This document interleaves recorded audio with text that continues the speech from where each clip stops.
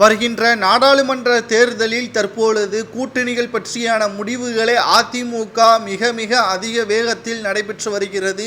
இதில் 2 கட்சிகளை தனது கூட்டணியில் இணைக்க வேண்டும் என்று மும்முரமாக இருக்கக்கூடிய எடப்பாடி பழனிசாமி அவர்கள் தற்பொழுது தேமுதிக பாமகவுடன் கூட்டணி பேச்சுவார்த்தை முடிவுக்கு வந்ததாகவும், குறிப்பாக தேமுதிகவில் மதுரையில் போட்டியிடக்கூடிய விஜயகாந்த் அவர்களின் மகன் விஜய் பிரபாகரன் அவர்கள் இரட்டை இலை சின்னத்தில் போட்டியிட்டு நாடாளுமன்ற தேர்தலில் வெற்றியடைவதற்கு வழிவகுக்கும் எடப்பாடி பழனிசாமியின் திட்டம் வெற்றியடையுமா என்பதையும் இந்த வீடியோவில் முழுமையாக தெளிவாக நாம் பார்க்க போகிறோம். வீடியோவை மட்டும் ஸ்கிப் பண்ணாமல் முழுமையாக பாருங்கள்.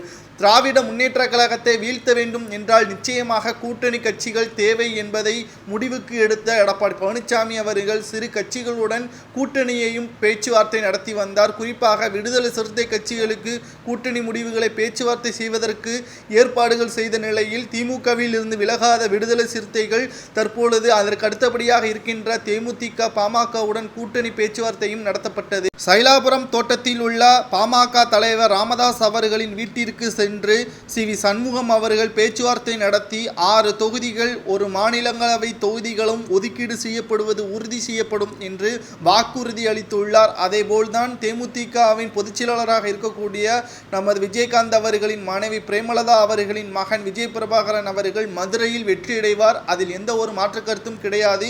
இரட்டை இலை சின்னத்தில் போட்டியிட்டு வெற்றியடைவதற்கும் நாங்கள் வழிவகுக்கும் என்றும் சி.வி. சண்முகம் அவர்கள் கூறியிருக்கிறார். ஆனால் தற்பொழுது எடப்பாடி பழனிசாமி அவர்கள் நேரடியாக கட்சிகளில் பேச்சுவார்த்தை நடத்தாமல் சி.வி. சண்முகம் அவர்கள் தலைமை வகித்து வருவதுதான் அதிமுகவில் தற்பொழுது குழப்பத்தை ஏற்படுத்தி வருகிறது. அடுத்து அவர்தான் பொதுச் செயலாளராக வருவாரா அல்லது எடப்பாடி பழனிசாமியை கட்சியிலிருந்து நீக்குவதற்கான முடிவுகள் மறைமுகமாக அதிமுகவில் நடைபெற்று வருகிறதா என்றும் கேள்விக்குறியாக அமைந்திருக்கிறது. ஆனால் தேமுதிகவிற்கு 7 தொகுதிகளும், அதேபோல்தான் தமிழக பாமக கட்சிகளுக்கும் 7 தொகுதிகளும் வழங்கப்படுவதாக தகவல்கள் வெளியாகியிருக்கிறது.